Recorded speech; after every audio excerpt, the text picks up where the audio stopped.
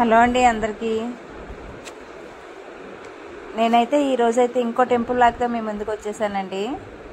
మా శ్రీకాకుళంలో స్వయంభూ క్షేత్రాల్లో ఈ దేవాలయం ఒకటండి. ఇది శ్రీకూర్మం దేవాలయం. ఇది శ్రీకాకుళం బస్ స్టేషన్ నుంచి 16 కిలోమీటర్ల డిస్టెన్స్లో అయితే ఉంటుందండి ఈ టెంపుల్. ఈ టెంపుల్కి అయితే ఆటో ఫెసిలిటీస్, బస్ ఫెసిలిటీస్ కూడా ఉంటాయి. ఇది శ్రీకాకుళం జిల్లా గార మండలంలో అయితే ఉందండి ఈ దేవాలయం. శ్రీ మహావిష్ణువు అవతారాల్లో రెండో అవతారమే ఈ శ్రీకూర్మ అవతారం. శ్రీకూర్మం అంటే తాబేలు అవతారం అండి. ఇక్కడ స్వామివారు అయితే స్వయంభూగా వెలిశారు. అంతేకాదండో ఈ బ్రహ్మ ప్రతిష్ఠించిన పంచక్షేత్రాల్లో ఈ క్షేత్రం ఒకటండి.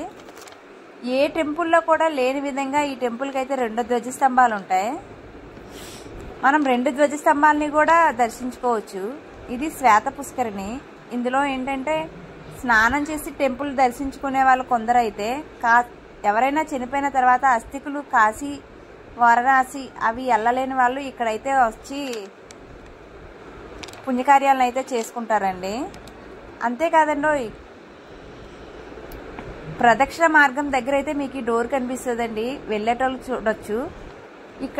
ఇక్కడ నుంచి వారణాసి వరకు అయితే స్వరంగ మార్గం పూర్వంలో ఉండేదంటండి. సో ఇప్పుడు ఆ స్వరంగ మార్గం ద్వారా చాలా వరకు అయితే విషసర్పాలు, విష జంతువులు రావటం వల్ల దాన్ని అయితే క్లోజ్ చేశారు. ఇది ప్రదక్షిణ మార్గం దగ్గర ఉంటుందండి. ఆల్రెడీ చెప్పాను కదా, విష్ణుమూర్తి అవతారం శ్రీకూర్మ అవతారం అవటం వల్ల తాబేల్ పార్క్ ఏర్పాటు చేసి అందులో అయితే తాబేళ్లు చాలా చిన్న నుంచి చాలా పెద్ద సైజు వరకు అయితే ఉంటాయండి. ఇక్కడ మొత్తం ఈ టెంపుల్లో 108 స్తంభాలు ఉంటాయి.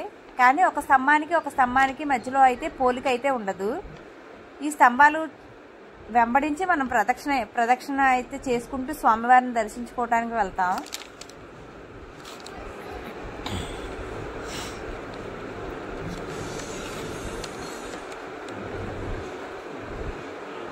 ఇది మొత్తం రాతి కట్టడం అండి. ఈ దేవాలయంలో ఇంకో విశేషం ఏంటంటే, ఏ దేవాలయంకైనా వెళ్ళేటప్పుడు మనం దర్శించుకునేటప్పుడు ప్రధాన ద్వారం దగ్గర నిల్చుంటే మనకి స్వామివారు వచ్చేసి క్లియర్గా కనిపిస్తారండి, ఏ దేవాలయం అయినా. కానీ ఈ దేవాలయంలో ప్రధాన ద్వారం దగ్గర నిల్చుంటే మనకి స్వామివారు వెనక నుంచి దర్శనమిస్తారండి. అంటే పడమట ముఖంగా దర్శనమిస్తారు. అందుకు చెప్పి ఏ దేవాలయంలో కూడా గర్భగుడిలో ప్రవేశం అయితే ఉండదండి. కానీ ఈ దేవాలయంకు మాత్రం గర్భగుడి ప్రవేశం అయితే ఉంటుంది.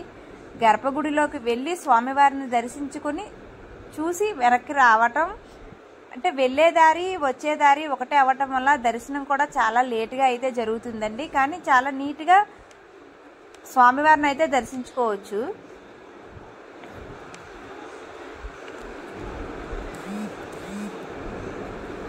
ఈ దేవాలయంకి వెళ్ళాలి అనుకునే వాళ్ళైతే గంధం అయితే తీసుకొని వెళ్తారండి. అదంతా గంధమే.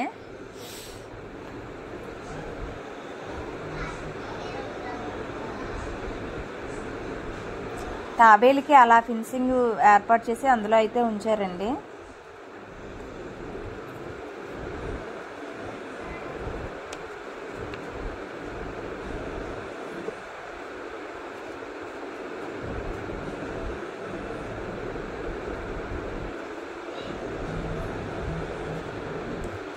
పురాతన దేవాలయం, స్వయంభూగా స్వామివారు వెలిసిన దేవాలయం అండి ఈ టెంపుల్. చెప్పాను కదా, పంచముఖంగా స్వామివారు అయితే దర్శనం ఇవ్వటం వల్ల గర్భగుడిలోకి వచ్చి దర్శనం చేసుకొని వెళ్తామండి.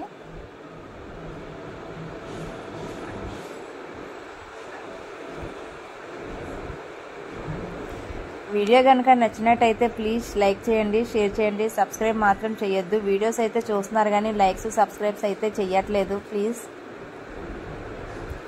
సబ్స్క్రైబ్ అయితే ఛానల్ చేసుకోండి. మోర్ అప్డేట్స్ కోసం అయితే ఛానల్ ఫాలో అవ్వండి ప్లీజ్.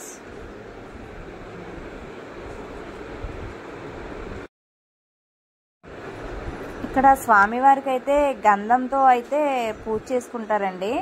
అంటే మన చేతులతో మనమే గంధం వేసి మళ్ళీ ఆ గంధాన్ని అయితే మళ్ళీ వెనక్కి అదే బాక్స్లో వేసి తెచ్చుకోవచ్చు.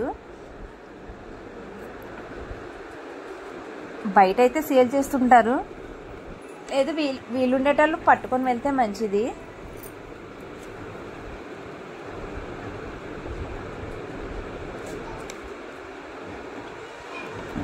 ఇక్కడైతే భోజన ఫెసిలిటీ ఉందండి. లాంగ్ డిస్టెన్స్ నుంచి వచ్చే వాళ్ళు ఎవరైనా రూమ్ కూడా అవైలబుల్ ఉంటుంది.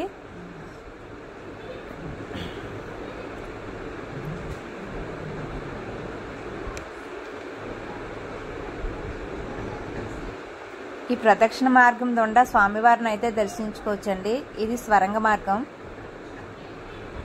ఇక్కడైతే క్లియర్గా రాసి కూడా ఉంటుందండి. గుడి లోపల వెళ్ళే వాళ్ళకి వచ్చే వాళ్ళకి ఒకటే ద్వారం అవ్వటం వల్ల దర్శనం అయితే చాలా స్లోగా అవుతుంది.